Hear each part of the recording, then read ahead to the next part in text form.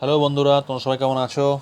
আশা করি তোমরা সবাই ভালো আছো, ভালো করে পড়াশোনা করছো for upcoming exams. Okay, so today's topic I am going to discuss fundamental rights. This is the episode 1. Episode 2 I will give after this video. So এইটা একটু বড় ভিডিও হবে। Okay, this is going to be little long because আমি সমস্ত যে fundamental রাইটসের যে আর্টিকেলসগুলো আছে আমি শেষ করব। আমি তোমাকে বলবো যে টাইম নিয়ে ধৈর্য ধরে বসো। এখন লকডাউন চলছে, কোনো বাইরের কাজ নেই, তাড়া নেই, হুড়ো নেই। সো এই ভিডিও যখন দেখছো একদম পুরো প্রথম থেকে শেষ অবধি দেখো। হ্যাঁ, তো আমি আশা করি ফান্ডামেন্টাল রাইটস নিয়ে কোনো অসুবিধা থাকবে না। আর আমার বলে দিই যে দুটো কোর্স চলছে, ইন্ডিয়ান পলিটি একটা, ইন্ডিয়ান ইকোনমি একটা। To get all the videos please go to my channel, there are playlist. Okay, different playlist are there. আমি লিঙ্কটা ডেসক্রিপশন বক্সে দিয়ে দেবো, you can check it here. Or আমি আমার পাশাপাশি হিস্ট্রির কিছু এমসিকিউ ভিডিও চলছে। আমি থিওরি পার্টটা পড়াচ্ছি না এখন। আমি এই পলিটি ইকোনমি শেষ করার পরে I will start history and geography and other subject. So আমি পলিটির কোর্সটাকে দেখো 1 by 1 খুব সুন্দরভাবে বুঝিয়ে আমি শেষ করছি, পাশাপাশি আমার ইকোনমি ভিডিও চলছে।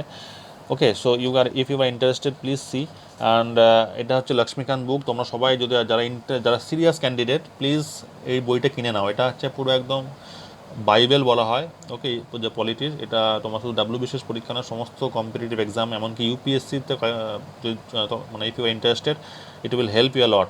ওকে, সো প্লিজ, যেহেতু আজ লম্বা ভিডিও হবে, মানে লং ভিডিও হবে, সেহেতু আমি যাতে শুরু করেছি। ঠিক আছে, লেটস স্টার্ট। সো দেখো, আজকের টপিকটা হচ্ছে fundamental rights episode 1। Okay, by Arijit Mukhopadhyay. If you are interested to know details about me, you can visit my Facebook page also.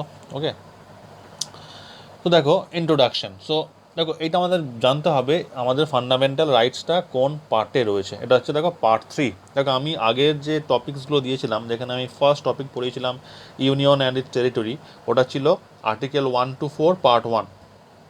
তারপর আমরা পড়েছিলাম সিটিজেনশিপ, পার্ট 2 ছিল, সেটা ছিল আর্টিকেল 5 to 11। তারপরের পার্টটা হচ্ছে পার্ট 3, যেটা আমরা আজকে পড়ছি, ফান্ডামেন্টাল রাইটস মৌলিক কর্তব্য। ঠিক আছে, এটা দেখো পার্ট 3-তে আছে।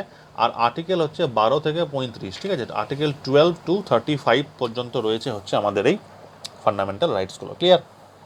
দেখো, প্রথমত আমাদের 7টা, যখন এই ফান্ডামেন্টাল রাইটসটা আমাদের সংবিধানে ইন্ট্রোডিউস করা হয়েছিল, দেন দেয়ার ওয়ার 7 ফান্ডামেন্টাল রাইটস। তখন 7টা ছিল। ঠিক আছে, এখন 6টা আছে। কেন? দেখো, ওই পয়েন্ট নাম্বার 6, যেটা রাইট টু প্রপার্টি, যেটা একটু দেখো স্ল্যাশ করে লেখা রয়েছে, আর্টিকেল 31, ওটা এখন অমিট করে দেওয়া হয়েছে, ওটা এখন নেই, ওটা এখন লিগ্যাল রাইট করে দেওয়া, এখন ফান্ডামেন্টাল রাইট নেই। Okay, presently this is legal right. Clear? তো আগে 7টা ছিল যখন এটা প্রথমবারের জন্য ইন্ট্রোডিউস করা হয়েছিল সংবিধানে, এখন 6টা রয়েছে। আমরা 1 by 1 পড়ে নিই। দেখো, ফার্স্ট হচ্ছে রাইট টু ইকুয়ালিটি, এটা হচ্ছে আর্টিকেল 14 to 18 রয়েছে। আচ্ছা, তার আগে বলে দিই, এই যে আর্টিকেল, আমি বলেছি আর্টিকেল 12 to 35, বেসিক্যালি 12 and 13 এই দুটো আমি একটু পরে বলছি। 12টা আমাকে ডিফাইন করছে, আমি এখনই বলে দিচ্ছি। আর্টিকেল 12টা ডিফাইন করছে স্টেট, মানে স্টেট বলতে কি বোঝায় আমি সেটা ডিফাইন করতে পারি অ্যাকর্ডিং টু আর্টিকেল 12। স্টেট মানে ধরো, স্টেট মানে শুধুমাত্র রাষ্ট্র নয়, রাজ্য হতে পারে, কোনো গ্রাম পঞ্চায়েত হতে পারে, কোনো তোমার মিউনিসিপ্যালিটি হতে পারে। So what is state, that is defined in article 12। Okay, state মানে কোনো একটা মানে কম্পোজিশন, যেটা either country or state or cooperative society or তোমার হচ্ছে গ্রাম panchayat or municipality etcetera. Article 13 বলছে ল। আর্টিকেল 13 যেটা বলছে সেটা হচ্ছে যে তোমার এইগুলো নিয়ে অনেক সমস্যা হয়েছিল। ঠিক আছে, মানে আর্টিকেল 13 বলেছিল যে ওখানে তোমার যে অনেক তোমার কেস হয়েছিল, ওখানে তোমার কেশবানন্দ ভারতী কেস হয়েছিল, সেখানে বলা হয়েছিল যে না, এই যে অ্যামেন্ডমেন্ট যেটা হবে, এই অ্যামেন্ডমেন্টটা কি সংবিধানের মানে যে তোমার সংশোধন হবে, সেই সংশোধনটা কি কোনো আইন আইন না আইন নয়। তো হোয়াট ইজ ল? তো তারপরে বলেছিল কেশবানন্দ ভারতী গেছে যে হ্যাঁ, সংবিধানের সংশোধন হতে পারে, অ্যামেন্ডমেন্ট ইজ পসিবল, বাট সংবিধানের যেটা বেসিক স্ট্রাকচার সেটাকে, বা ফান্ডামেন্টাল রাইটসের যেটা বেসিক স্ট্রাকচার, সেটা যাতে ক্ষুণ্ণ না হয়, সেটা যাতে খর্ব না হয়।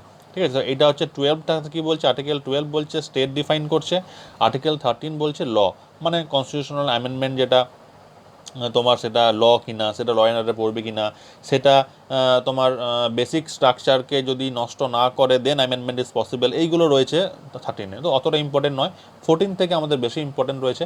দেখো, আমরা 14 কি বলছে, রাইট টু ইকুয়ালিটি। এটা একদম এই আর্টিকেলসগুলোর একদম মুখস্থ করে নিতে হবে, একদম মুখস্থ, এখান থেকে প্রচুর কোয়েশ্চেন্স দেয়। Article right to equality, article 14 to 18। right to freedom, Article 19 to 22, right against exploitation, Article 23-24, right to freedom of religion, Article 25 to 28, cultural and educational rights 29 to 30, right to property এখন নেই 31 যেটা, আর right to constitutional remedies 32। আমরা এই প্রত্যেকটা rights নিয়ে, প্রত্যেকটা fundamental rights নিয়ে আমরা in details we will discuss in this ভিডিওটা স্কিপ না করে লাস্ট অবধি দেখবেন। আমি মানে গ্যারেন্টি দিয়ে বলতে পারি ফান্ডামেন্টাল রাইটস নিয়ে কোনো প্রবলেমস আমাদের থাকবে না। ওকে, চলো।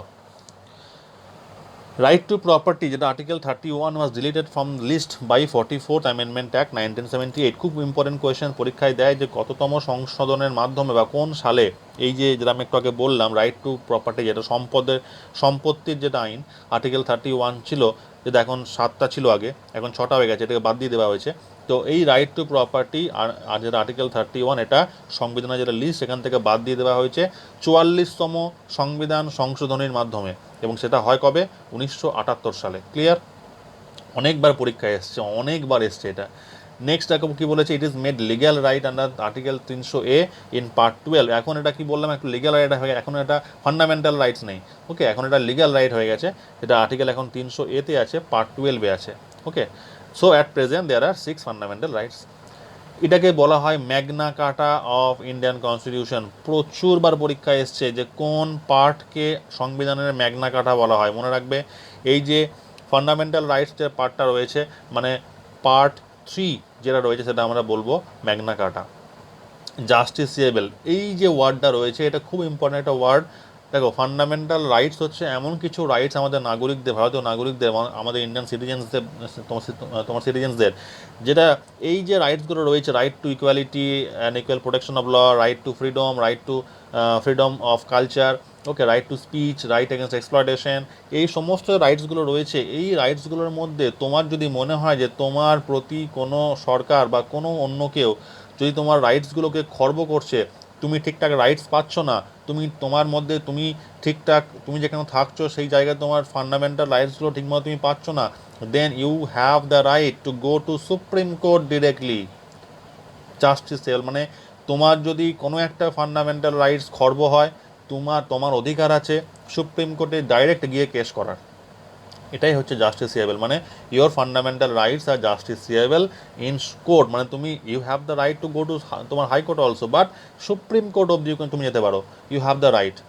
Very very important part. Okay, আর এটা ফ্রম ইউএসএ। এই যে এটা কোয়েশ্চেন অনেকবার এসছে পরীক্ষায়, সব কটা পয়েন্টই ইম্পর্টেন্ট এখানে।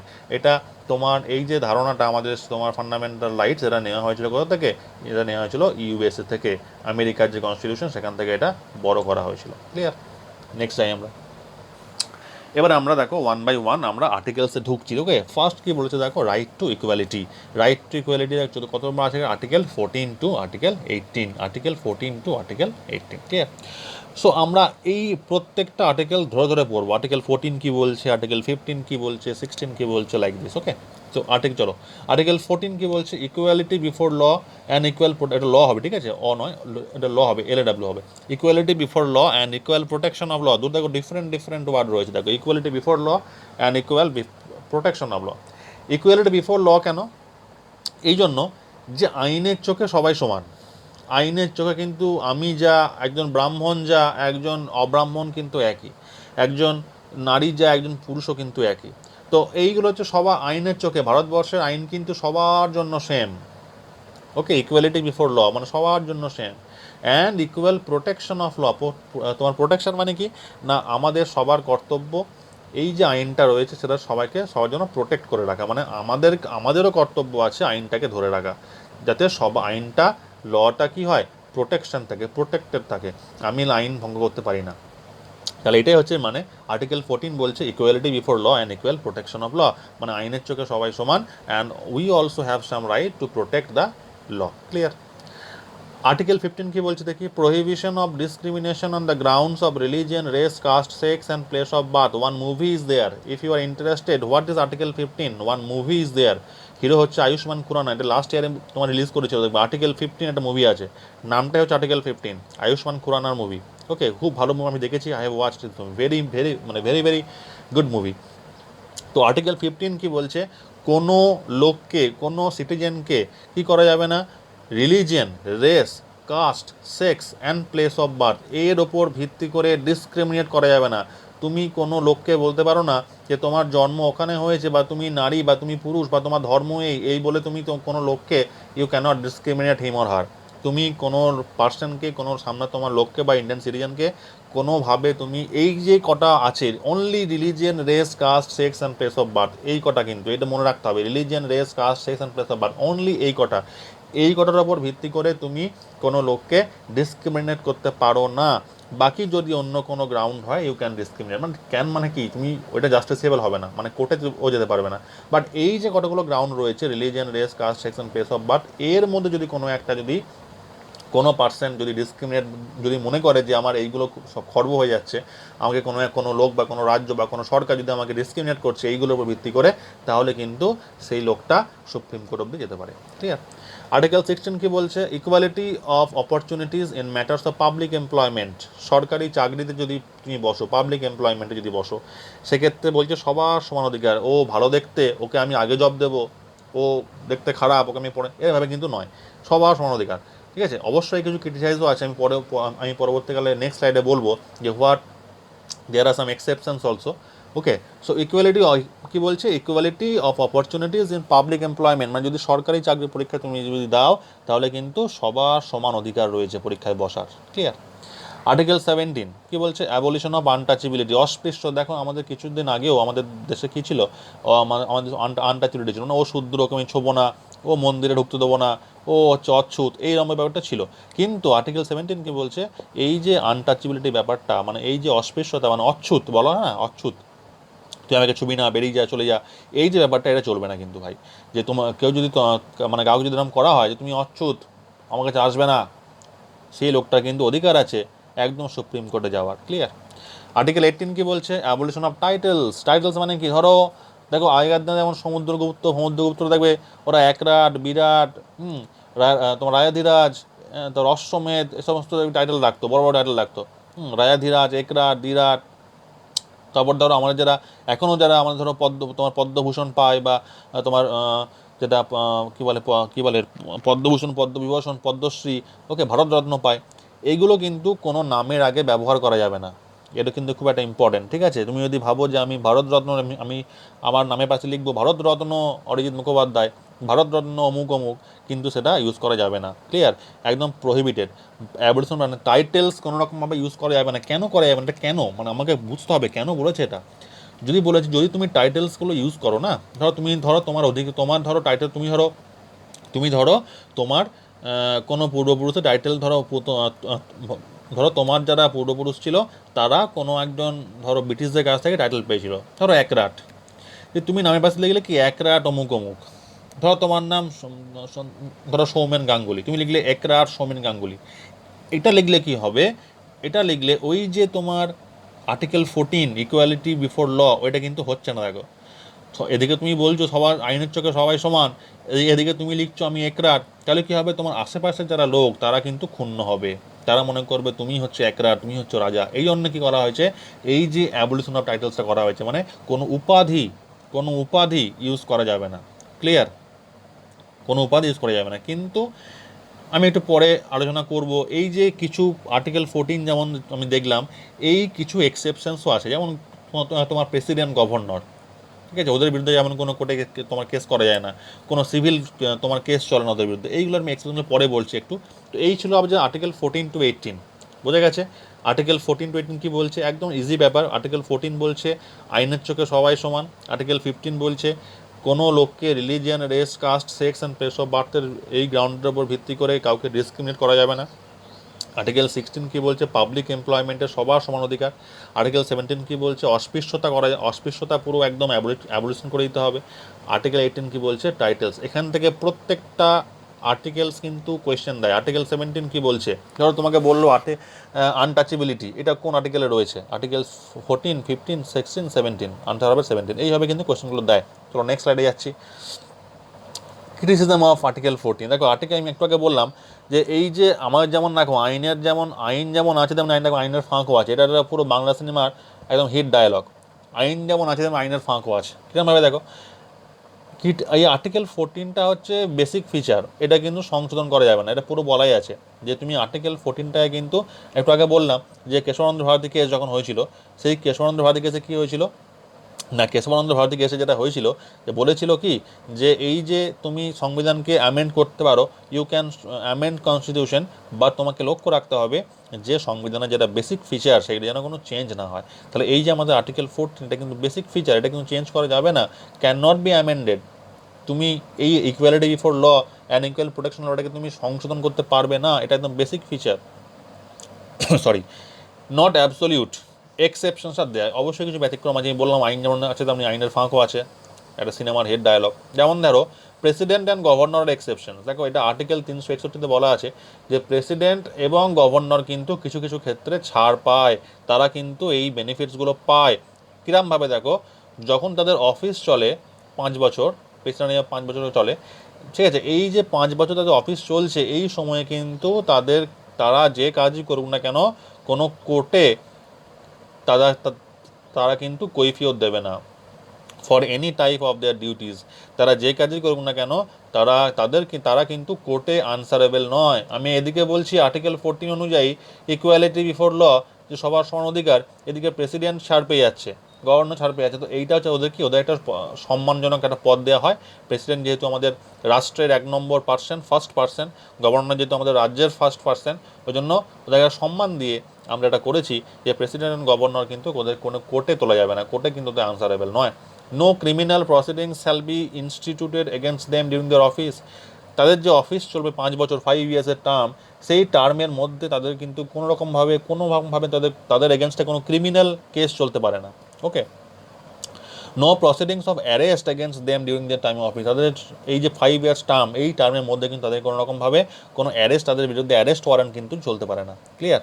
আর no civil proceedings shall be instituted against them during their term of office. তাদের টার্ম অফ অফিস কোনো সিভিল, তাহলে এইগুলো হচ্ছে নিয়ম, এগুলো দেখো এক্সেপশন। ঠিক আছে, প্রেসিডেন্ট অ্যান্ড গভর্নর কিন্তু অলওয়েজ এই আর্টিকেল 14-এর এক্সেপশন, তারা কিন্তু ইকুয়ালিটি বিফোর লয়ের মধ্যে পড়ছে না। ওকে, বিকজ তারা কিন্তু কিছু কিছু স্পেসিফিক পাওয়ার তারা এনজয় করে, যেমন কোর্টে তোলা যাবে না, তারা কোর্টের কাছে অ্যান্সারেবল নয়, তাদের এগেনস্টে কোনো অ্যারেস্ট ওয়ারেন্ট হবে না, তাদের এগেনস্টে কোনো ক্রিমিনাল প্রসিডিংস হবে না, তারা এগুলো ছাড় পায়। ক্লিয়ার? নেক্সট দেখো, no person shall be liable to any court or for publication any report of news in newspaper, TV, radio, any proceedings in parliament or state legislature. দেখো এটা কী বলছে, ধরো এই পার্লামেন্টে যদি কোনো কেস চলে না, ধরো পার্লামেন্টে ধরো এমপি বা যারা ধরো এমএলএ আছে, এমএলএও হবে কিন্তু, মানে স্টেট লেজিসলেচার হবে, মানে তোমার বিধানসভা অথবা পার্লামেন্ট যে কোনো একটা হলেই হবে। তো এমএলএ বা এমপিরা যে কোনো রকম প্রসিডিংস করতে পারে। এমএলএ এমপিদের একটা রাইট থাকে যে তারা তোমার পার্লামেন্টে বা তোমার তোমার বিধানসভাতে তারা যা খুশি বলতে পারে। তার নিয়ে যদি কোনো কেউ টিভি বা নিউজ পেপারে লেখে, সেটা কিন্তু কোনো পার্সন কিন্তু তার জন্য লায়াবল হবে না। ঠিক আছে, no person is liable to any court for publication any report in newspaper, TV, radio for any proceedings parliament. মানে পার্লামেন্টে যা যা চলছে, পার্লামেন্ট তোমার যা যা চলছে বা তোমার বিধানসভা, তাহলে এই যে পার্লামেন্ট বা স্টেট লেজিসলেচার যা কিছু হোক না কেন, সেই নিয়ে যদি কোনো কেউ রিপোর্ট বা নিউজ পেপার বা টিভিতে বা রেডিওতে দেয়, সেটা নিয়ে কিন্তু কোনো কেস হবে না। নো এমপি মানে মেম্বার অফ পার্লামেন্ট, ওকে, কোনো সাংসদ বা কোনো মেম্বার অফ পার্লামেন্ট, কোনো MP shall be liable to any proceedings in any court for what they have, একটু আগে বললাম এটা আর্টিকেল 105-এ আছে। আর্টিকেল 105 অনুযায়ী বলছে যে কোনো এমপি, ওকে, যে ও পার্লামেন্টে যা খুশি বলুক, ওদের এগেনস্টে কোনো কেস হবে, they have the right to say everything in the parliament. Clear? আর নেক্সট বলছে দেখো, same as above for MLA, article 194। এটা হচ্ছে 105টা হচ্ছে ফর এমপির জন্য, আর 194টা ফর এমএলএর জন্য। এমএলএও একই একটু আগে বললাম যে এমএলএ হচ্ছে যদি বিধানসভায় যা খুশি তোমার বলতে পারে, they have the right to say everything in the তোমার লেজিসলেচার, তা কিন্তু এদের এগেনস্টে কিন্তু কোনো কেস হবে না। ঠিক আছে? আর ওয়ার আর্টিকেল 31C কামস আর্টিকেল 14 গ, দেখো 31C আর আর্টিকেল 14 হচ্ছে একে অপরের অ্যান্টি। একটু পরে যখন বলবো তখন এই 31টা হচ্ছে ফান্ডামেন্টাল ডিউটি, ওর পরে আমরা বলবো। তো এটা বলেছে সুপ্রিম কোর্ট তখন অর্ডার দিয়েছিল যে where article 31C comes article 14 goes out. যেখানে আর্টিকেল 14 না, আর্টিকেল 31Cটা কি বলছে, ওটা হচ্ছে পুরোপুরি আর্টিকেল 14 14-এর উল্টো, মানে পুরো অ্যান্টি। ওই জন্য সুপ্রিম কোর্ট কী বলেছিল যখন যেখানে 31C আসবে, যেখানে আর্টিকেল 14টা চলে যাবে, মানে বাতিল হয়ে যাবে। ঠিক আছে? তো foreign ambassadors enjoy immunity from criminal and civil, তোমার সিভিল বোর্ড, যারা ফরেন ডিপ্লোম্যাট, ধরো আমেরিকার কোনো বিদেশ সচিব আমাদের ভারতবর্ষে আছে, আমাদের আমেরিকানে তোমার এমবেসি ধরো কাজ করছে, তাকে কিন্তু আমি ক্রিমিনাল সিভিল প্রসিডিংস তার এগেনস্টে করতে পারবো না, ওরাও কিন্তু ছাড় পায়, ঠিক আছে। আর UNO and its agencies enjoy diplomatic immunity, তাহলে ওই যে ইউএনও যারা আছে এবং তার যে সমস্ত তোমার এজেন্সিগুলো আছে, তারাও কিন্তু আমাদের যে মানে অ্যাকর্ডিং টু আমাদের ভারতীয় সংবিধান, তারা কিন্তু এই সমস্ত তোমার আর্টিকেল 14-এর আওতায় পড়ছে না, তাই ছাড় দেওয়া হয়, ঠিক আছে, ক্লিয়ার। তো নেক্সট দেখো, আর ক্রিটিসিজম ও আর্টিকেল 15, দেখো 15 নামে কী বললাম, 15টা কী ছিল বলো, 15টা কী ছিল, 15টা ছিল কোনো পার্সনকে তোমার religion, race, caste, sex, place of birth এর ওপর ভিত্তি করে ডিসক্রিমিনেট করা যাবে না। কিন্তু দেখো আমি জানি যে আমি যখন নিজে তোমার দিয়েছিলাম ইউপিএসসিতে মনে হয় মেয়েদের কোনো ফিজ লাগে না, আমি একটা এক্সাম্পল দিলাম। তারপর দেখো তুমি চাকরির পরীক্ষায় বসতে যাও, দেখো 27% ওবিসি কোটা আছে, 50% কোটা আছে ফর এসসি এসটি ওবিসি মিলে। তো এই যে কোটাগুলো রয়েছে, তার এইগুলো তো অবভিয়াসলি আর্টিকেল 15 এগেনস্টে। আমরা এদিকে বলছি আর্টিকেল 15 এদিকে বলছি যে আমি তোমার সবাইকে ডিসক্রিমিনেট করব, মানে আমি ডিসক্রিমিনেট কাউকে করবো না তোমার এই রিলিজিয়ান, রেস, কাস্ট, সেক্স, প্লেসের বার্থের ভিত্তিতে। আবার বলছি তুমি এই যে লকডাউনে তোমার প্রধানমন্ত্রী, তোমার দেখো এই প্রধানমন্ত্রী তোমার কী বলে গরিব কল্যাণ যোজনাতে দেখো মেয়েরা টাকা পাচ্ছে, সমস্ত মেয়েরা ওমেন্সরা তাদের এখন টাকা ঢুকছে, তাহলে শুধুমাত্র মেয়েদের দেওয়া হচ্ছে। তাহলে এই যে ব্যাপারগুলো থাকবে না, এইগুলো হচ্ছে, বা ধরো চিলড্রেনরা, বাচ্চা বা মহিলা, এদের ক্ষেত্রে একটা স্পেশাল প্রভিশন থাকে, ঠিক আছে, আমাদের একটা পার্সেন্টেজ সংরক্ষণ থাকে ফর পঞ্চায়েতের সিট থাকে একটা পার্সেন্টেজ, ঠিক আছে, মানে তোমার ফর উইমেন। তো এই ব্যাপারগুলো চলে আসে, এগুলো হচ্ছে এক্সেপশন কেস, এগুলো থাকতেই হবে। For social and educational backward ক্লাসে দেখো আমরা এদিকে বলছি কাউকে কিছু করা যাবে না, কাউকে কিছু তোমার ধর্মের ভিত্তিতে বা রিলিজিয়ান, রেস, কাস্ট, সেক্সের ভিত্তিতে করা যাবে না। কিন্তু এবার দেখো এদিকে আবার দেখো কোটা রয়েছে, ওবিসি কোটা রয়েছে, এসসি এসটি কোটা রয়েছে, তাহলে ওরা তো সুযোগ সুবিধা পাচ্ছে, তো আমরা ডিসক্রিমিনেট আমরা করছি ওদেরকে, তাই না। Creamy layer is out of the quota. What is creamy layer? Very important term. এই ক্রিমি লেয়ার মানে হচ্ছে, যখন ধরো ওই ক্রিমি লেয়ার মানেটা কি, ক্রিমি লেয়ার মানে হচ্ছে, ক্রিম মানে দেখো দেখবে আইসক্রিমে ক্রিম দেয়, তাই না। এই ক্রিমি লেয়ার মানে হচ্ছে তোমার ধরো ওবিসি, ঠিক আছে, ওবিসি কোটা আমরা পাচ্ছি 27%, জানি আমরা। সেই 27% যে কোটা পাচ্ছে, তাহলে তো সবাই পেয়ে যাবে। বলা হয়েছে যারা খুব ভালো ভালো চাকরি করে, যেমন ধরো প্রেসিডেন্ট, যেমন ধরো ভাইস প্রেসিডেন্ট, যেমন ধরো প্রাইম মিনিস্টার, যেমন ধরো গভর্নর, যেমন ধরো ইউপিএসসি চেয়ারম্যান, যেমন ধরো স্টেট পাবলিক তোমার স্টেট পিএসসির চেয়ারম্যান, স্টেট পিএসসির মেম্বার, ইউপিএসসির মেম্বার, কোনো ভালো ইউনিভার্সিটির লেকচারার, কোনো ব্যাংকের ম্যানেজার, এরা যদি ওবিসি হয়, এদের ছেলেমেয়েরা কিন্তু এই ওবিসি কোটার মধ্যে পড়বে না। এটা হচ্ছে ক্রিমি লেয়ার বলা হয়। ক্রিমি লেয়ার মানে কি, একদম তারা কিন্তু নিম্নবর্ণ, মানে তারা কিন্তু ব্যাকওয়ার্ড ক্লাস, কিন্তু তারা যেহেতু ভালো চাকরি করে, দে আর এবিলিটি, মানে they are able to pay for education, তাহলে ওরা হচ্ছে ছাড়, ওদেরকে বলা হয় ক্রিমি লেয়ার। আবার বলছি, ক্রিমি লেয়ার মানে হচ্ছে ওবিসি, ওরা কিন্তু ওবিসি, ঠিক আছে, বাট তারা কিন্তু ভালো আর্নিং করে, তাদের রোজগার ভালো, তাদের ভালো ইনকাম করে, ওই জন্য ওদেরকে ছাড় দেওয়া হয়েছে। ওরা কিন্তু এই ওবিসি কোটার মধ্যে পড়বে না, ওই জন্য বলা হয় ক্রিমি লেয়ার, ঠিক আছে। ভালো ভালো যা চাকরি করে তারা ওবিসি হলেও এই কোটায় পড়বে না, ঠিক আছে। এটা হচ্ছে, তাহলে এইটা হচ্ছে আর্টিকেল 15-এর আমাদের এক্সেপশন, ঠিক আছে, বোঝা গেছে, ক্লিয়ার। চলো নেক্সট, চলো আর্টিকেল 16 কী বলছে দেখো। আমার আর্টিকেল 16 কী বলছে, একটু আগেই বললাম একই জিনিস, যে আর্টিকেল 16 বলছে পাবলিক এমপ্লয়মেন্টের, মানে সরকারি চাকরির ক্ষেত্রে কাউকে ডিসক্রিমিনেট করা যাবে না, সবার সমান সমান অধিকার আছে। কিন্তু আবার এখানে বলছি দেখো, parliament can prescribe some appointment. দেখো তোমার যারা এমপি হয়, তাদের কাছে 14টা সিট থাকে যেগুলো প্রেসিডেন্ট নমিনেট করতে পারে, তারা কিন্তু ভোট, তাহলে there are some seats which are nominated by president, তাহলে প্রেসিডেন্ট নিয়ে ওটা নিজের ইচ্ছায় করতে পারে। পার্লামেন্ট তোমার লোকসভায় 12টা, সরি তোমার লোকসভায় হচ্ছে 2টো, আর রাজ্যসভায় 12টা, 14টা সিট। তাহলে এই 14টা সিট কিন্তু প্রেসিডেন্ট নিজের ইচ্ছে মতো রিক্রুটমেন্ট করতে পারে। তাহলে এদিকে আমি বলছি যে সবার সমান অধিকার, all are equal in front of public employment. আবার এদিকে বলছি no, some seats are reserved for president, মানে প্রেসিডেন্টের ইচ্ছা মতো, তাই এটা হতে পারে না। আবার দেখো ওবিসি কোটা কী বলছে, যে আমরা বলছি যে পাবলিক এমপ্লয়মেন্টের সবার সমান অধিকার, all of us have same right. আর এদিকে বলছি আমরা OBC quota is there, 27% quota OBC আমরা জানি। আর 50% টোটাল, মানে ওবিসি এসসি মিলিয়ে।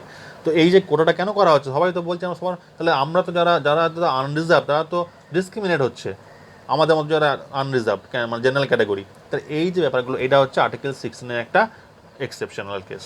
ক্লিয়ার? নেক্সট দেখো বলছে রাইট টু ফ্রিডম, মানে স্বাধীনতা, ফ্রিডমের অধিকার। কী বলছে ফ্রিডম? দেখো এটাও কিন্তু খুব ইম্পর্টেন্ট কোয়েশ্চেন। আর্টিকেল 19 কি বলছে না, protection of certain rights regarding freedom of speech etcetera. এটা কিন্তু খুব কোয়েশ্চেন দেয়। Freedom of speech very very একদম মাথায় ঢুকে না, ফ্রিডম অফ স্পিচ, এটা হচ্ছে article 19। Okay, freedom of speech, ঠিক আছে। কি বলছে দেখো 19A কি বলছে না, right of speech and expression, তুমি ভারতবর্ষের মধ্যে যেখানে খুশি যা খুশি বলতে পারো, তোমার এই অধিকারটা আছে। You have the right to speech and you can express your motives, you can express your thoughts. Okay, তুমি তোমার চিন্তাভাবনা, তুমি তোমার বাক্য, তুমি তোমার মনের ভাব তুমি প্রকাশ করতে পারো ইন্ডিয়ার মধ্যে যেখানে খুশি। এটা রাইট, তোমার রাইট, এটা ইউর রাইট। ক্লিয়ার? তোমাকে যদি কেউ বলে তুমি এটা লিখো না, তুমি এটা পড়বে না, তুমি এটা বলো না, you have the right to go to supreme court, মনে রাখবে এটা।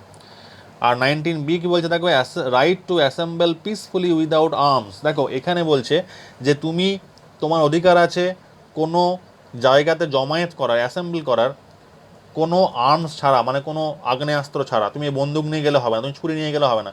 Without arms you have the right. দেখবে অনেক সময় কী হয়, দেখবে তোমার দেখবে সিপিএম, আমরা বলি না সিপিএম তোমার তোমার মিছিল করেছে, তোমার মিটিং করে, দেখবে আমাদের কার্জন গেটে প্রায় হয়, তোমার তৃণমূল ধরো মিটিং করেছে বা ধরো কোনো পার্টি মিটিং করেছে, দে হ্যাভ রাইট। তারা কিন্তু বন্দুক ছাড়া, ছুরি ছাড়া বা কোনো অস্ত্র ছাড়া, আগ্নেয়াস্ত্র ছাড়া তারা কিন্তু অ্যাসেম্বল করতেই পারে, দে হ্যাভ দ্য রাইট। কারো কিছু বলার নেই, ঠিক আছে। তার মানে তোমারও আছে এটা, you have also the right to assemble peacefully, মানে শান্তিপূর্ণভাবে, অশান্তি করে নয়। কিন্তু তুমি ওখানে গিয়ে মারপিট করলে, গুন্ডামি করলে, বন্দুকে গুলি ছুড়লে, কাউকে তোমার মার্ডার করে দিলে হবে না। You have the right to assemble peacefully, শান্তিপূর্ণভাবে তুমি অ্যাসেম্বল করতে পারো, ঠিক আছে, উইদাউট আর্মস, মনে রাখতে হবে। নাম্বার সি কী বলছে, right to form cooperative association. তুমি কোনো, দেখবে আমাদের দেখবে ব্যাংকার্সের দেখবে কোঅপারেটিভ আছে, ব্যাংকার অ্যাসোসিয়েশন আছে, ব্যাংকার ইউনিয়ন আছে। তার মানে কি, তোমারও right, you have also right to form তোমার কোঅপারেটিভ অ্যাসোসিয়েশন করতেই পারো তুমি। Right to move freely in territory of India, তুমি ভারতবর্ষে যেখানে খুশি যেতে পারো। তুমি গোয়ায় যাও, তুমি সিকিমে যাও, তুমি জম্মু যাও, তুমি পাকিস্তান নয়, তুমি রাজস্থান যাও, তুমি কন্যাকুমারীকে যাও, you have right to freely travel anywhere in India. তুমি ভারতবর্ষে যেখানে খুশি যেতে পারো, কেউ তোমাকে আটকাবে না, তোমার রাইট আছে এটা, ঠিক আছে। তোমাকে তোমাকে যদি বিহার বলে তোমাকে ঢুকতে দেবো না, it is not correct, you will go to supreme Court directly. তো you have the right to move freely anywhere in Indian territory. Clear? Right to settle in any part of it. তোমার ধরো West Bengal ভালো লাগছে না, তুমি চাইছো তুমি ধরো তুমি সিকিমে গিয়ে থাকবে, যেতেই পারো, কেউ তোমাকে আটকাবে না। You have the right to settle anywhere in India, তুমি যেখানে খুশি। কিছুদিন আগে আমার জম্মুতে ছিল না, কিন্তু এই আর্টিকেল 370 উইথড্র করার পর থেকে জম্মুতেও হয় এখন, তাই না? You can buy a land in Jammu also now after withdrawing তোমার আর্টিকেল 370। তো সেখানে তুমি থাকতে পারো, তাহলে তোমার অধিকার আছে, তোমার ইন্ডিয়ার যে কোনো জায়গায় তুমি থাকতে পারো, যেখানে তুমি সেখানে বাড়ি করতে পারো, তুমি সংসার পাততে পারো, যেখানে খুশি, anywhere in India. Right to do any profession, তুমি যে কোনো কাজ করতে পারো, এমন কাজ নয় যে গুন্ডামি, এরকম কাজ নয়, তুমি মানে তুমি তোমার ভালো প্রফেশন, মানে যেগুলো সৎ উপায়ে রোজগার আর কি, তুমি যা খুশি করতে পারো। এমন না তুমি তুমি তুমি স্মাগলিং করলে তাহলে হবে না, মানে সৎ উপায়। ওকে, তুমি ধরো পড়াতে পারো, তুমি ব্যাংকে জব করতে পারো, তুমি টিউশন করতে পারো, তাহলে you have the right to do any profession, okay, in a সৎ উপায়, অসৎ উপায় নয়। ঠিক আছে, তাহলে এইগুলো দেখো 19A। তাহলে এই যে ফ্রিডম অফ স্পিচ, বা ধরো অনেক সময় দেয় ফ্রিডম অফ নিউজ পেপার, এটাও কিন্তু আর্টিকেল 19-এর মধ্যে পড়ছে, ঠিক আছে। নিউজ পেপার যে ধরো নিউজ পেপারে কিন্তু রাইট আছে to write something, anything in the newspaper, okay. তো আর্টিকেল 19 কি বলছে, এই ব্যাপারগুলো বলছে আর্টিকেল 19-এর মধ্যে রয়েছে। নেক্সট যাই আমরা আর্টিকেল 20। দেখো আর্টিকেল 20 কি বলছে, protection in respect for conviction for offences. দেখো এটা খুব ভালো আর্টিকেল 20টা, কি বলছে, protection in respect of conviction for offences. দেখো ধরো আমাকে কেউ অ্যারেস্ট করলো, আমাকে পুলিশ ধরো কী বলে অ্যারেস্ট করলো, ঠিক আছে। তো কী বলছে, number 1, no ex post facto law. Ex post facto law মানে হচ্ছে, ধরো আমার যা শাস্তি, ধরো আমি একটা চুরি করেছি, কিন্তু আমাকে শাস্তি দিল রেপ কেসের বা ধরো ডাকাতি কেসের, তাহলে আমার চুরি করার জন্য যেটুকু লিমিটেড শাস্তির প্রয়োজন আছে আমি সেটুকুই শাস্তি পাবো, আমি যা থেকে বেশি কেন পাবো, তাই না? ওই জন্য দেখবে চুরির জন্য আলাদা শাস্তি, রেপ কেস আলাদা শাস্তি, মার্ডার আলাদা শাস্তি, তো ডিফারেন্ট ডিফারেন্ট তোমার পানিশমেন্টস আর দেয়ার। তো আমার যেটুকু শাস্তি প্রাপ্য আমি সেটুকুই পাবো, তার বেশি দিলে কিন্তু I can go to supreme Court. Clear? বোঝা গেছে এটা? No ex post facto law. Next কি বলছে? No double jeopardy. Double jeopardy মানে হচ্ছে ধরো আমি চুরি করলাম, আমাকে প্রথমে বর্ধমান থানায় নিয়ে গেল, দিয়ে আমাকে শাস্তি দিল, দিয়ে ওই একই কাজের জন্য আমি কিন্তু আর চুরি করিনি, ওই একই কাজের জন্য আমাকে নিয়ে গেল কোর্টে, কোর্ট আবার দিল। তেমন আমি কি করলাম? আমি একই চুরির জন্য ডবল শাস্তি দুবার পেলাম, এটা কিন্তু সম্ভব নয়। ওই জন্য দেখবে ফাঁসির সময় যখন দেখবে ফাঁসি হয়, ফাঁসি একবারই দেয়, এবার একবার দেওয়ার পর যদি বাই চান্স ও বেঁচে গেল তাহলে কিন্তু ফাঁসির আসামি বেঁচে গেল, ও কিন্তু আর ফাঁসি দিতে পারবে না, মানে ফর দ্য সেম অফেন্স। তাই এইটা হচ্ছে কি, একই কাজের জন্য বা একই খারাপ কাজের জন্য দুবার শাস্তি কিন্তু আমার প্রাপ্য নয়। যদি আমি দুবার কেউ দেয়, I have the right to go to supreme Court, I will see you in court. Clear? এটা যেটা দলের এলবি টুতে বলছো, I will see you in court. No self incrimination, এটা খুব ভালো জিনিস। ধরো তোমাকে কোর্টে নিয়ে গেছে, ধরো তুমি চুরি করেছো, ঠিক আছে, তোমাকে কোর্টে নিয়ে গেছে, দিয়ে তুমি বললে না আমি আমার সাক্ষী আমিই দেবো, এটা কিন্তু হবে না। তোমার সাক্ষী তুমি নিয়ে যেতে পারবে না, তুমি অন্য কাউকে দিতে পারো, তুমি তোমার বন্ধুকে আনতে পারো, তুমি বাবা মাকে আনতে পারো, তুমি কাউকে আনতে পারো, কিন্তু তুমি তোমার নিজের সাক্ষী তুমি নিয়ে যেতে পারবে না। ঠিক আছে? এটা হচ্ছে তো নো সেলফ ইনক্রিমিনেশন, তুমি নিজের সাক্ষী নিয়ে যেতে পারবে না, তোমাকে একটা অন্য কাউকে আনতে হবে। ঠিক আছে? Protection of personal life and liberty, এটা কি? তোমার জীবন এবং তোমার নিজের যে স্বকীয়তা, তোমার নিজের জীবন মানে তুমি একটা তোমার একটা সুন্দর পরিবেশে তুমি থাকবে, তুমি সুন্দর পরিবেশ থাকবে, তুমি সুন্দর একটা অক্সিজেন, তোমার সুন্দর একটা পরিবেশ তোমার লাগবে, অক্সিজেন পূর্ণ মানে সুন্দর সুনির্মল বাতাস তোমার লাগবে, তো you have the right to that. Okay, এটা আর্টিকেল 21-এ বলা আছে, right of personal life and liberty. কী বলা আছে? Right to live with human dignity, তোমার একদম সুন্দর মানে মনুষ্যত্ব নিয়ে থাকবে তুমি, এটা তোমার ডিগনিটি খুব একটা সুন্দর হবে। ঠিক আছে? তোমার যদি ডিগনিটি কেউ ক্ষুণ্ণ করে, you have the right to go to supreme court. Right to decent environment, ওই যে বললাম তোমার একটা সুন্দর সুনির্মল বাতাস চাই, তোমার একটা সুন্দর পরিবেশ চাইছো, you have the right to livelihood, তোমার একটা সুন্দর জীবন চালানোর জন্য তোমার রাইট আছে একটা। Right to privacy, right to shelter, right to health, right to free education up to 14 years, right to information. এই last or right to free education, right to information, এটা খুব ইম্পর্টেন্ট। এই ধরো নতুন যোগ করা হয়েছে right to education, right to information, আমি একটু পরে বলছি ওটা। তো আর্টিকেল 21 কী বলছে?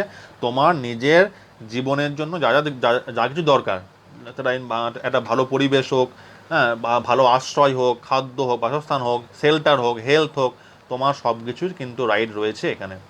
ঠিক আছে? আন্ডারস্টুড? আর কি রয়েছে? রাইট টু এডুকেশন, মানে তোমার শিক্ষার অধিকার, রাইট টু ইনফরমেশন, জানার অধিকার, এগুলো রয়েছে একটা। এই দেখো রাইট টু ইনফরমেশন, এটা 2005 সালে ইন্ট্রোডিউস করা, 2005। Right to information was enacted in 2005। Clear? এবার দেখো একটা ভালো ইম্পর্টেন্ট জিনিস, সেটা হচ্ছে আর্টিকেল 21-এ। দেখো 21 একটু আগে পড়লাম, 21A, তার মানে কি? এটা পরবর্তীকালে যোগ করা হয়েছে 21, এটা হচ্ছে সর্বশিক্ষা মিশন হয় সেটা। রাইট টু বলছে the state shall provide free and compulsory education to all children up to the age of 6 to 14 years. এই আমাদেরকে এটা নিয়ে কাজ করতে, যেহেতু আমি স্কুল এসআই পেয়েছি, তো স্কুল সাব ইন্সপেক্টর যেহেতু পেয়েছি, তো স্কুল সাব ইন্সপেক্টরদেরকে এইগুলো নিয়ে কাজ করতে হয়। ঠিক আছে? এই সর্বশিক্ষা অভিযান, বাংলা শিক্ষা পোর্টাল, এগুলো নিয়ে কাজ করতে হয়। ঠিক আছে?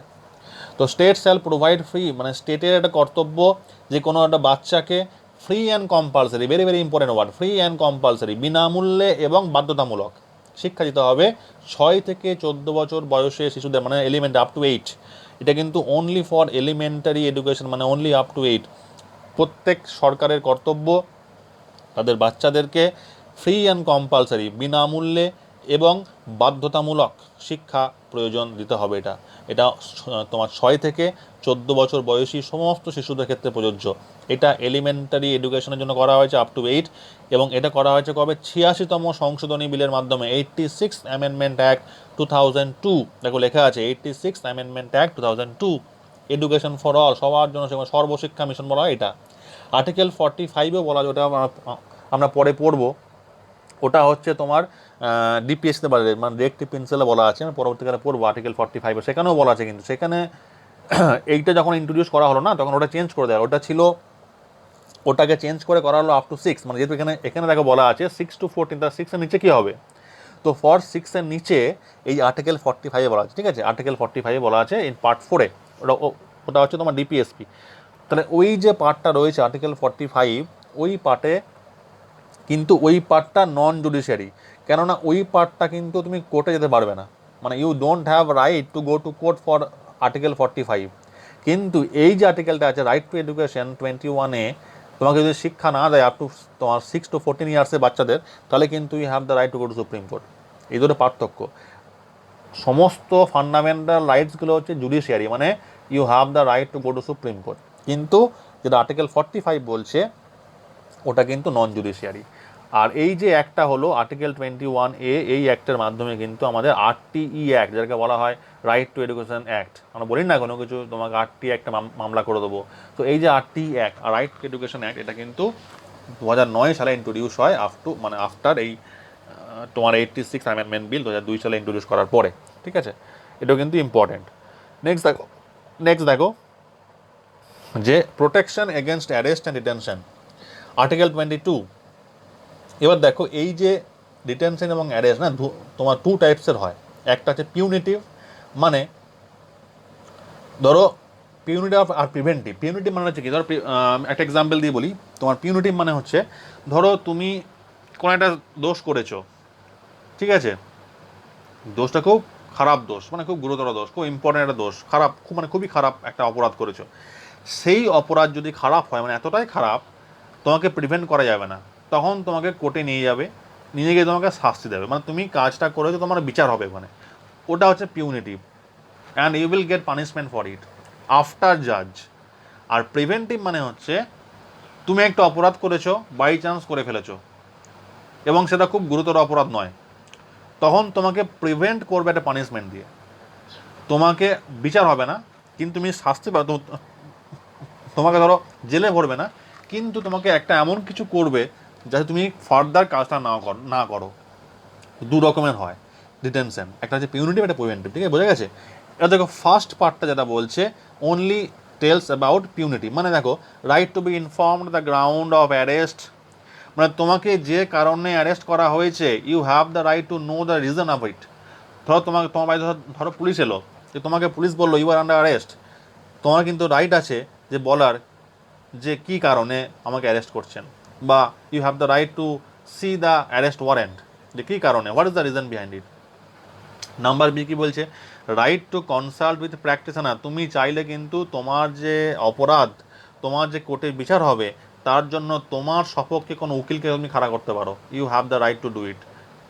এটা দেখবে সব হিন্দি মুভিতেই হয়, যে কোনো একটা আসামি সে কোনো উকিলকে তোমার টাকা দিয়ে তোমার রাখলো যাতে তোমার সপক্ষেও যুক্তি দেয়, ঠিক আছে, মানে you also have the right to do that. তোমার সি কি বলেছে, right to provide before magistrate within 24 hours excluding জার্নিটা, যে ধরো তোমার বাড়ি থেকে অফিসে আসতে, মানে কোর্টে আসতে ধরো ধরো টাইম লাগে একটা, সেই টাইমটাকে বাদ দিয়ে তোমার বাড়ি থেকে অ্যারেস্ট করে তোমার ম্যাজিস্ট্রেট অফিসে আসতে টাইমটাকে বাদ দিয়ে 24 আওয়ার্সের মধ্যে তোমাকে প্রেজেন্ট করতে হবে, আসামিকে প্রেজেন্ট করতে হবে ইন ফ্রন্ট অফ ম্যাজিস্ট্রেট, মানে যেটা কোর্টে হতে পারে বা অন্য কোথাও হতে পারে। আর right to release after 24 hours if no return, যদি কোনো দোষ না করে, যদি কোনো দোষ না প্রমাণিত হয়, তাহলে দোষ প্রমাণিত না হওয়ার 24 আওয়ার্সের মধ্যে কিন্তু তোমাকে ছেড়ে দিতে হবে, you have the right to do that, clear. আর এই যে পার্টটা রয়েছে, এই পার্টটা কিন্তু কোনো এনিমি এলিয়েনদের ক্ষেত্রে অ্যাপ্লিকেবল নয়, কোনো শত্রুপক্ষের যদি কোনো ফরেনার আসে তাদের ক্ষেত্রে কিন্তু অ্যাপ্লিকেবল নয়, ক্লিয়ার। নেক্সট বলছে সেকেন্ড পার্ট বেশি ইম্পর্টেন্ট নয়, তোমার প্রিভেন্টিভ পার্টটা, if you want to read from Laxmikanth book, clear. Article 23 and 24। 23 যেটা বলছে prohibition traffic in human beings and forced labour. অনেক সময় কী হয় দেখবে, আমরা খবরের কাগজে প্রায় দেখি যে অমুক জনকে কাজ দেওয়ার নাম করে বিক্রি করে দিয়েছে, ট্রাফিক মানে হচ্ছে বিক্রি করে দেওয়া, ঠিক আছে, অমুক বাচ্চার কিডনিটাকে বিক্রি করে দিয়েছে।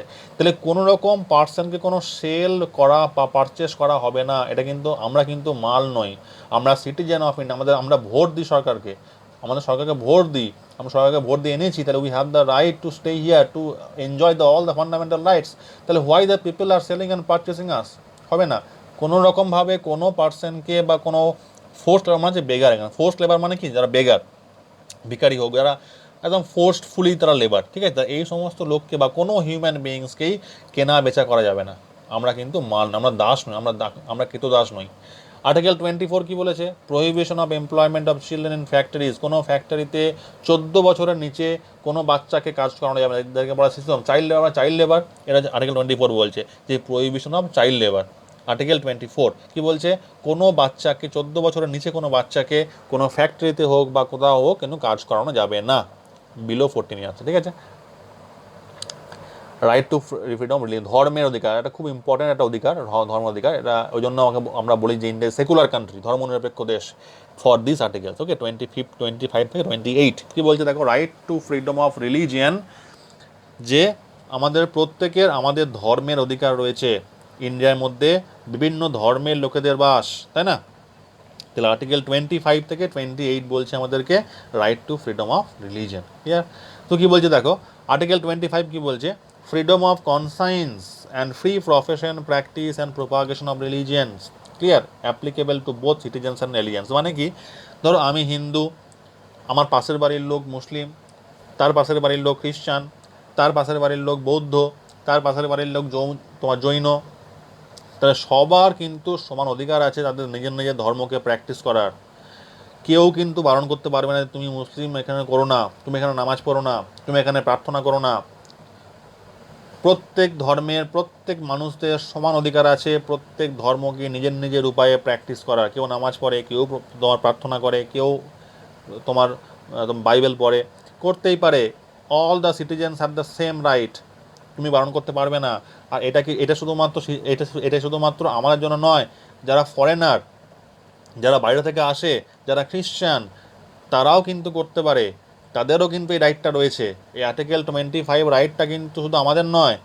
যদি কোনো পর্যটক ভারতবর্ষে আসে এবং তাদের খ্রিস্টান হয়, the খ্রিস্টানস also have the same right to do that. কেউ বারণ করতে পারবে না। তাহলে this fundamental right, this article 25 is applicable for both citizens and aliens. Clear? Article 26 কি বলছে? Right to freedom two manage religious affairs. মানে ধরো অ্যাফেয়ার্স মানে কি, ধরো আমার বাড়িতে হিন্দু মতে পুজো হয়, দুর্গা পুজো হয়, কারোর বাড়িতে মুসলিম মতে সবাই বরাত হয়। তো রিলিজিয়াস অ্যাফেয়ার্সগুলো কিন্তু সবার সমান অধিকার আছে। কোনো হিন্দু বাড়ি কোনো মুসলিম বাড়িকে বলতে পারবে না যে তুমি সবাই বরাত করো না, কোনো মুসলিম বাড়ি কোনো হিন্দু বাড়িকে বলতে পারবে না যে তুমি মানে তোমার কী বলে কোনো পুজো করো না। বা ধরো বুদ্ধ পূর্ণিমায় গিয়ে কোনো বৌদ্ধকে তুমি বলতে পারো না তুমি বুদ্ধ পূর্ণিমা করো না। So all of us have the same right to manage religious affairs. Clear? Next কী বলছে? নাম্বার 27 দেখো, আর্টিকেল 27 কী বলছে? Freedom as to payment of taxes for promotion of any particular religion. কোনো ধরো আমি হিন্দু, আমি বললাম আমাদের এখানে দুর্গা পুজো হবে, ঠিক আছে, আমি তোমাকে টাকা চাই, যে আবার চাঁদা, এই চাঁদা যে ব্যাপারটা, এটা কিন্তু কেউ কাউকে ফোর্স করতে পারে না। ভালো করে মনে রাখবে, এই যে পেমেন্ট অফ ট্যাক্সেস মানে কোনো রিলিজিয়ানকে, কোনো ধর্মের সপক্ষে কোনো টাকা দেওয়া বা কোনো ট্যাক্স পে করা, জোর জবরদস্তি ট্যাক্স পে করা, এটা কিন্তু সংবিধানে নেই। তুমি চাইলে চাঁদা নাও দিতে পারো। কোনো ধর্মকে প্রমোট করার জন্য কোনো পেমেন্ট অফ ট্যাক্স চলবে না। চাঁদা দেওয়া কিন্তু জোর জবরদস্তি করে নেওয়া, এটা কিন্তু অপরাধ, মনে থাকবে। তাহলে পেমেন্ট অফ ট্যাক্স, কোনো পার্টিকুলার রিলিজিয়ানকে ভালো করে প্রমোট করার জন্য কোনো রকমের টাকা দেওয়া, চাঁদা দেওয়া, কোনো পেমেন্ট অফ ট্যাক্স কিন্তু সম্পূর্ণ সংবিধান বিরুদ্ধ। ক্লিয়ার? আর্টিকেল 28 কি বলছে? Freedom as two attendance at religious instructions or religious worship in certain educational institution. দেখো, যে সমস্ত এখানে একটা খুব ভালো পয়েন্ট বলেছে, সব কিন্তু স্কুলে নয়। যে সমস্ত স্কুল কলেজ ইউনিভার্সিটি স্টেট ফান্ডে চলে, মানে সরকারের টাকায় চলে, সরকারি স্কুল বা সরকারি দায়িত্বভারপ্রাপ্ত স্কুল যাকে বলা গভর্নমেন্ট অ্যান্ড গভর্নমেন্ট এডেড, সেই সমস্ত স্কুলে কিন্তু কোনো ধর্মীয় পড়াশোনা চলবে না। তুমি ওকে বললে যে তুমি হিন্দু স্কুল, তুমি হিন্দু তুমি তুমি গীতা পড়ো, ওখানে বলো তুমি তুমি তুমি বাইবেল পড়ো, তুমি পড়ো, তুমি কোরআন পড়ো, কোনো পার্টিকুলার ইনস্টিটিউশনে ধর্মগ্রন্থ পড়াতেই পারে, কিন্তু এরকম না যে মানে একটা পার্টিকুলার মানে ধরো হিন্দুকে বলো তুমি মুসলিম হয়ে যাও, মুসলিম বলো তোমাকে বলো তুমি হিন্দু হয়ে যাও। তো এই ধরনের যে একটা রিলিজিয়াস ইনস্ট্রাকশন যে সবাইকে হিন্দু পালন করতেই হবে, আমরা তো সেকুলার কান্ট্রি, সরকারের স্কুল, সেখানে তোমার সমস্ত ধর্মের ছেলেমেয়েরা পড়ছে, তো তুমি কাউকে কোনো পার্টিকুলার ধর্মকে বলতে পারো না চেঞ্জ করতে। তো এই হচ্ছে ব্যাপার, যে সমস্ত কোনো একটা সরকারি স্কুলে বা সরকারি কলেজে বা সরকারি ইউনিভার্সিটিতে রিলিজিয়াস ইনস্ট্রাকশনস চলবে না, ধর্মীয় শিক্ষা চলবে না, পুরোপুরি বারন্ত। কিন্তু কিছু স্কুল আছে যেগুলো মিশনারি স্কুল বলা হয়, যেমন সেন্ট জেভিয়ার, সেন্ট পল, সেন্ট অগাস্ট, যারা এগুলো ট্রাস্টি বোর্ডের আন্ডার, এগুলো সরকারি স্কুল নয়, প্রাইভেট স্কুল যেগুলো ট্রাস্টি বোর্ডের আন্ডার ট্রাস্ট, সেখানে কিন্তু দেখবে সবাই খ্রিস্টান পালন ওখানে করতে হবে, ওখানে দেখবে খ্রিস্টানের প্রার্থনা হয়, করতে হয়, আমরা করাইও। সো যেগুলো ট্রাস্টি বোর্ডের স্কুল সেখানে কিন্তু পার্টিকুলার ধর্মকে করা চলতে পারে, কিন্তু মানে সেগুলো কিন্তু অপরাধ নয়। কিন্তু যেগুলো সরকারি স্কুল সেখানে কিন্তু কোনোরকমভাবে ধর্মীয় এইসব ব্যাপার চলবে না। ক্লিয়ার? নেক্সট আমি যাই, কালচারাল অ্যান্ড এডুকেশনাল রাইট। দেখো আর্টিকেল 29-30 খুব ইম্পর্টেন্ট একটা পার্ট। কি বলছে? Protection of language, script and culture of minorities as well as majority. শুধু মাইনরিটির আগে ছিল, পরবর্তীতে মেজরিটি যোগ করা হয়েছে। তো minority and also majority. Clear? দেখবে আমাদের দেখবে ভারতবর্ষে অনেক দেখবে তপশিলি জাতি বাস করে, দেখবে টোটো, হ্যাঁ টোটো উপজাতির লোক বাস করে আমাদের আলিপুরদুয়ারে, বা দেখবে অনেক রকমের আছে, দেখবে সাঁওতাল আছে আছে মানে যারা মাইনরিটি অ্যান্ড মেজরিটি বোথ, শুধু মাইনরিটি নয় বোথ, এদের নিজেদের ভাষা, নিজেদের সংস্কৃতি, নিজেদের কোনো স্ক্রিপ্ট প্রোটেক্ট করার অধিকার রয়েছে। মানে আমি ধরো আমি সাঁওতাল হলাম, আমি কিন্তু চাইলে আমার যে ভাষায় কথা বলতে পারি, আমি আমার ভাষাকে সংরক্ষণ করতে পারি, আমি আমার সংস্কৃতিকে সংরক্ষণ করতে পারি। তাহলে I have the right to protect my culture, my language, my script. Clear? Article 30 কি বলছে? Right of minorities to establish administer educational institutions. মানে ধরো অনেক সময় দেখবে মাইনরিটিদের স্কুল হয়, সাঁওতালদের স্কুল হয়, মানে অনেক জায়গাতে আছে। তো কি হয় না, সেই সমস্ত মাইনরিটিদের তোমার অধিকার আছে তাদের নিজেদের একটা শিক্ষা প্রতিষ্ঠান গড়ে তোলা। Okay, they have the right to establish their own educational institution, মানে ওই ভাষায় তাদের পড়ানো হবে, ঠিক আছে, করতেই পারে তারা। নেক্সট কি বলছে দেখো, আর্টিকেল 32 সব থেকে আমাদের ইম্পর্ট্যান্ট এই ফান্ডামেন্টাল রাইটসগুলোর মধ্যে, যেটা কি না তোমাকে পাওয়ার দিচ্ছে to go to supreme court. দেখো কি বলছে, this makes fundamental rights real. যে ফান্ডামেন্টাল রাইটসগুলো তোমাদের আছে, যে তুমি যেতে পারবে, তোমাকে এ করতে পারবে, ওই করতে পারবে, you have right to freedom, you have right to speech, you have right to untouchability, right against exploitation, সমস্ত রাইটসগুলো রয়েছে। এই রাইটসগুলোকে রিয়েল করছে কে? এই আর্টিকেলটা, article 32, right to constitutional remedies. এবং এই জন্য B.R. আম্বেদকর, যাকে বলা হয় ফাদার অফ ইন্ডিয়ান কনস্টিটিউশন, তিনি এটাকে বলেছিলেন heart and soul of constitution. তিনি এটাকে বলেছেন একদম একদম কনস্টিটিউশনের হার্ট অ্যান্ড সোল কোনটা? এই যে এই পার্টটা, article 32। You have the right to go to supreme court if any fundamental right is violated. একটু আগে বললাম, তোমার যদি কোনো ফান্ডামেন্টাল রাইট যদি ভায়োলেট মনে হয়, you have the right to go to supreme court and that power is given by which article? এই আর্টিকেলটা, আর্টিকেল 32। তাহলে এটা কিন্তু পরীক্ষা অনেকবার এসছে যে সুপ্রিম কোর্টে কোনো ফান্ডামেন্টাল রাইট যদি খর্ব হয়, তুমি সুপ্রিম কোর্টে যেতে পারবে কোন আর্টিকেলের মাধ্যমে? এই আর্টিকেলটা, আর্টিকেল 32 এর মাধ্যমে। ওকে, এবং এই যে সুপ্রিম কোর্ট যে তোমার বিচার করবে না, যে তোমাকে যে সুপ্রিম কোর্ট বিচার করবে, এই বিচারটার জন্য কতগুলো রিটস দেয় কোর্ট, কতগুলো রিটস দেয়। সেই রিটসগুলো নিয়ে আমরা, যেমন হেবিয়াস কর্পাস আছে, কোয়ারেন্টো আছে, ম্যান্ডামাস আছে, তোমার হেবিয়াস কর্পাস, কোয়ারেন্টো, ম্যান্ডামাস। ওকে, তো আমরা এইগুলো নিয়ে আমরা নেক্সট ভিডিওতে ডিসকাস করবো, we will see in the next video. তো আমরা আজকে যেটা করলাম, আর্টিকেল ফান্ডামেন্টাল রাইটসগুলো পড়লাম পার্ট 3-তে, আর্টিকেল 12 থেকে 35। আমরা বিশেষ করে জোর দিলাম কোনটা থেকে? আর্টিকেল 14 থেকে শুরু করে একদম আর্টিকেল 32 জোর দিলাম। ভালো করে পড়বে, এখান থেকে প্রচুর কোয়েশ্চেন্স পাবে। আশা করি ভিডিওটা ভালো লেগেছে। লাইক, সাবস্ক্রাইব করে দাও। কিছু প্রবলেম থাকলে কমেন্ট করে জানাও। I will try my best to help you. I will try my best to clear your confusions. I hope that in this video you have got enough concept, full of concept and knowledge regarding Indian polity and basically the fundamental rights. ভালো করে পড়াশোনা করো, stay home, stay safe, thank you.